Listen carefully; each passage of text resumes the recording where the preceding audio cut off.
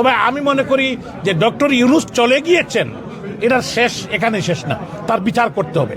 Doctor ইউনূসকে বিচার করতে হবে এবং ডক্টর ইউনূসকে বাংলাদেশ থেকে যাতে পালাতে না পারে সেজন্য দেশবাসীকে আহ্বান জানাবো।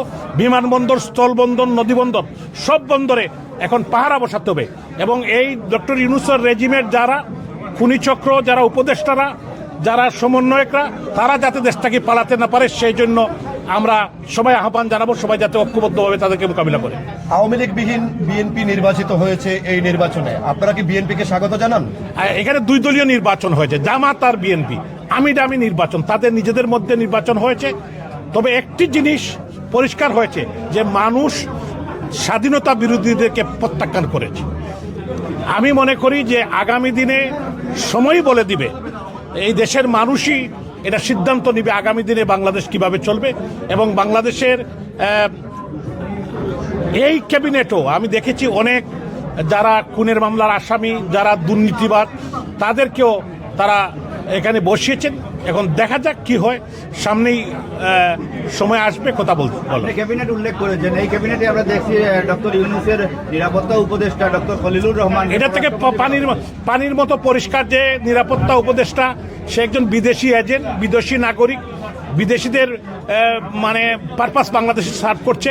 যে এই নির্বাচন যাতে যে স্বচ্ছ হয় নাই, এই নির্বাচন যে একটি আমির প্ল্যানিং মেডিকুলাস ডিজাইনের নির্বাচন, সেটাই পরিষ্কার হয়েছে। ডক্টর ইউনূসের বিদায়ে কি আপনারা খুশি বা শুকরিয়া জানান? ডক্টর ইউনূস তার নিজের বাসায় মেটিকুলাসলি ডিজাইন করে বাংলাদেশে হাজার হাজার লোকদেরকে হত্যা করেছে, হাজার হাজার বাড়িঘরকে অগ্নিসন্ত্রাস করেছে, অগ্নিসংযোগ করেছে, জাতীয় সম্পত্তিতে অগ্নিসংযোগ করেছে। এবং ডক্টর ইউনূস এই সকল হত্যার দায় হলো ডক্টর ইউনূসের।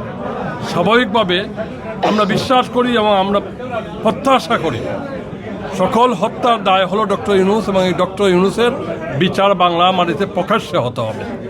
বিএনপি এসেছে বর্তমান ক্ষমতায়, আপনাদেরকে নির্বাচনে না নিয়ে, আপনারা কি বিএনপিকে স্বাগত জানান? আমরা বারবার বলছি, আমাদের মাননীয় প্রধানমন্ত্রী শেখ হাসিনা বারবার বলেছেন, শুধু মাননীয় প্রধানমন্ত্রী নয়, বাংলাদেশের লক্ষ কোটি মানুষ বলেছে একটি ইনক্লুসিভ নির্বাচন। বাংলাদেশের বাইরে বড় বড় রাষ্ট্রপ্রধানরা এবং ঢাকায় নিযুক্ত তাদের অ্যাম্বাসেডররা বারবার বলেছে we want a free, fair, inclusive election.